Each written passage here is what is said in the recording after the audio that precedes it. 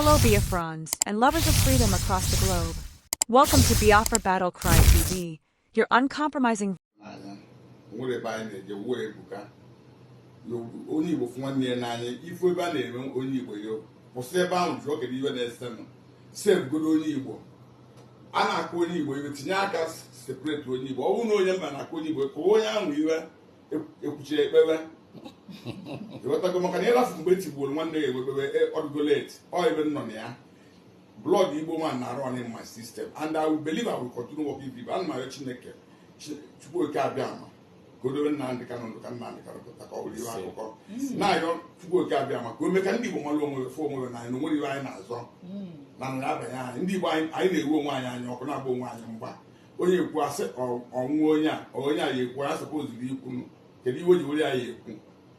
and onwere afọrọ m iwe na-ese na-ayọ ka ndị Igbo. You've just heard a message that echoes the cries of the oppressed and the resolve of the free. At Biafra Battle Cry TV, we stand firm in amplifying voices that challenge tyranny and defend humanity. Stay vigilant, stay united, and never stop speaking truth to power. Until next time, keep the fire of freedom burning.